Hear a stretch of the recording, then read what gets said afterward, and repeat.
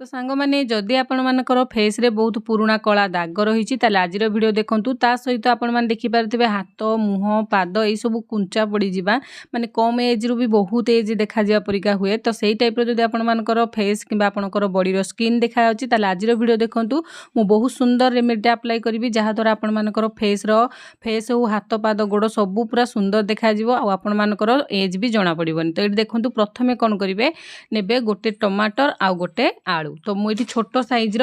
आलूटे नहीं आ छोट फाड़े टमाटर नहीं आलू आपण मानक भी फाड़े लगे तो हेतु फाड़ टमाटरटा था फाड़े टमाटर नहीं जाइए भल भाव में दुईटा जाक धोई नहीं धोई सारापर आपण मैंने कौन करेंगे टमाटर को ग्रेट करने टमाटर जो आपण मैंने जब एमती ग्रेटर अच्छी ताहले आपण मैंने ग्रेट करके तार अधा टमाटर को प्यूरी बने नेबे नहले आपण मैंने छोट खंडे टमाटर को ग्राइंडिंग जार बाटी भी पारे। तो ये देखो मु फेस अप्लाई करी तो से कम क्वांटिटी करुँच हाथ कहुणी बेक ये बेसी दाग थाए जो कला कला दाग से एरिया जदि आपण मैंने व्यवहार करने चाहते अधिका क्वांटिटी करेंगे। ये देखो टमाटर को फाड़े ग्रेट करके तार रस बाहर कर सारापर ये आलू को तापर नेबे आलू को भी मुझे धोई देती धोईकी आपण मैंने चोपा छड़े नेबे चोपा छड़े सारापर आपण मैंने कौन करेंगे यार जूसटा बाहर करदे बहुत इजी मेथड मुझे सहित सेयार करुँची जोटा कि टाइम टेकिंग पड़ोनी बहुत कम समय भितर हो मैंने से गोटे दे कोरी नेबे कोरी सारिके हाथ में चिपुड़ी नेबे चिपुड़ी नेबा द्वारा आलूर रसटा बाहरी पड़ो नहले आपण मैंने कौन करेंगे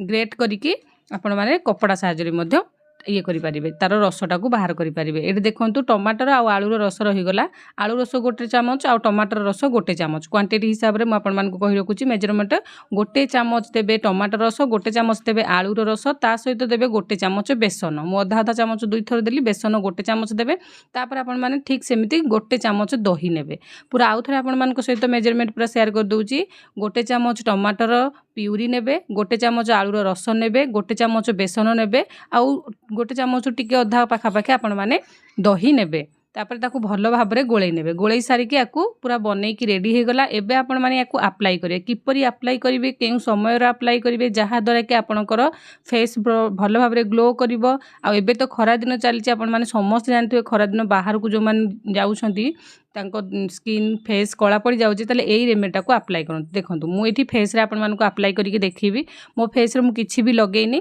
तापरे भी आपण माने कोन करिवे गोटे टिश्यू पेपर आपनको फेस को पोछि नेबे नाइ तो आपण माने किछि कंचा क्षीर नेबे आ गोटे कॉटन कपड़ा नेकी कपड़ा हो तुला हो कि एई टाइप रो टिश्यू पेपर हो ताकू डीप करके आपनको फेस को कंचा क्षीर रे प्रथमे क्लीन करने कारण क्लींजर हिसाब से कंचा क्षीरटा सब बेस्ट रहिबो। आपण माने सेथिरे जदि चाहिबे भी गोटे पिंच पाखापाखि हल्दी पकेकी आपणकर फेस को क्लीन करने किंबा आपण माने जदि सब प्रोसेस न चाहते फेस वाश आपण माने जे कोनोसी फेस वाश व्यवहार करछंती फेस को भल भाव में क्लीन कर देमिति फेस रे डस्ट ऑयल किछि भी नथिबो तापर आपण माने एको अप्लाई करिवे। देखंतु एठी मु बनै रखितिया पैक को एबे अप्लाई करिवे बहुत इजी मेथड जो माने गृहिणी घरे बसिकी आपण माने आपणकर सेई रुसेई शाळरू सब जिनिस टिके टिके आनिके आपणकर फेस को ग्लो करि पारिबे खाली फेस नो स्किन रे जे कोनोसी बॉडी पार्ट जेमति बेक कला पड़ी जिबा कोहुणी कला पड़ी जिबा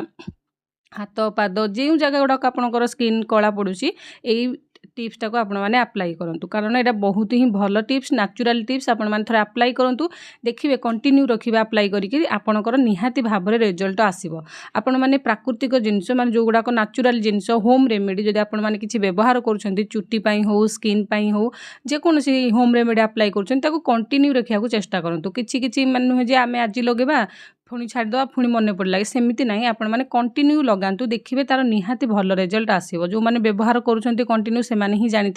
तो थरे या विश्वास करके आपण मैंने किछि दिन पूरा कंटिन्यू व्यवहार करूँ देखिए आपणकर फेस पूरा पूरी ग्लो करियो जेते भी कला दाग जेते भी पुराना कला दाग हो जोटा कि जमती जदि व्रण है कि कौन कारण कला दाग हो जाता पूरा आपे आपे लिभिजिव निहाती भाव में। तो देखो यपरिका आपण मैंने हाथ में नहीं मसाज करी लगेबे फेस रे स्मूथली मसाज करेंगे जदि आपण मानकर बेक कोहुणी आंठू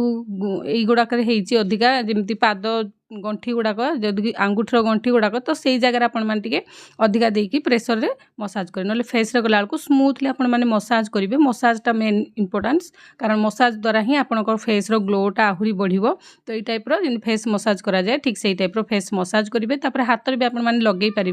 मोर हल्का टे बड़ीगला तो से दुई हाथ में लगे दूची पापुली तो यहीपरिका देखिए हाथ भी बहुत कला थाए तो आपण मानकर जदि हाथ पापुली कला अच्छे लगे पारे लगे सारिक आपण मैंने 10-15 मिनट छाड़ी ने जमी सुखिया पर्यंत देखो यहाँ सुखीगला मुहटा पूरा टाइट हो तो आपण मैंने जानीपारे से सुखीगला तो आपण मैंने हल्का हल्का हाथ में एमती मसाज करके प्रथम सब छड़े बेसी भी रगड़े फेसटा बहुत सॉफ्ट स्किन बहुत माने सॉफ्ट स्किन तो से सेंसिटिव स्किन आपण मैंने फेस को जमा भी बेसी प्रेशर देकी रगड़े हल्का हल्का मसाज करके छड़े ने जी छाड़ा तापर आपण मैंने टिश्यू पेपर पोछि ने ना आपण मैंने जाइए फेस को धोईकी आसबे नॉर्मल पानी आपण मैंने फेस को धोइबे तो ये देखूँ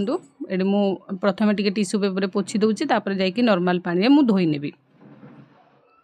तो आशा करुँच आज टिप्स आपण मानक पसंद लगुत जब पसंद लगे वीडियो को लाइक करेंगे अन्य मान सहित शेयर करेंगे और आपण मैंने कंटिन्यू रखु व्यवहार करूँ देखिए भल रिजल्ट निहाती आसो तो आपण मैंने जब कहीं एरिया देखुं मत कमेंट सेक्शन में जनाते जानले खुशी लगता और नुआ नुआ वीडियो बनवाई मोटिवेशन मिल पारता जब आपण मैंने फेसबुक रे देखुं मो पेज को फॉलो करूँ आपण मैंने जब मत यूट्यूब रे देखुं मो चैनल को सब्सक्राइब करूँ ये देखो मो फेस को भल भाव पानी रे क्लीन करके धोईकी आसिली भारी एबे मु आपण मानक कहूँ तापर प्रोसेस कौन करेंगे आपण मैंने नेबे आलोवेरा जेल जदि आपण पाखे अच्छी ने ना आपण मानकर आलोवेरा जेल ता सहित ने रोज वाटर माने गोलाप जल ये दुईटा जिनस हल्का हल्का टिके नहीं मिसेक आपंकर फेस लगे ना तो आपण मैंने जेकोसी मॉइस्चराइजर क्रीम कि आपण मानकर जदि ड्राई स्किन हो नड़िया तेल गोटे बुंदा नहीं फेस रे अप्लाई करिए देखिए फेसटा को आपण मानकर सेटा लॉक करके रखिबा आपण मानकर फेसटा को स्मूथ रखिबा सुखिबा को दबनी ड्राई होबा को दबनी तो ये आशा करछि टिप्स भल लागुथो निहाती भाव रे आपण माने याकू अप्लाई करंतु आ याकू प्रतिदिन आपण माने करंतु प्रतिदिन किछि मास करिया परे देखिबे निहाती आपण मानकर फेस भल भाव रे सुंदर हिसाब रे रहइबो जदि प्रतिदिन करि पनाते दिन छाड़ी दिन निश्चित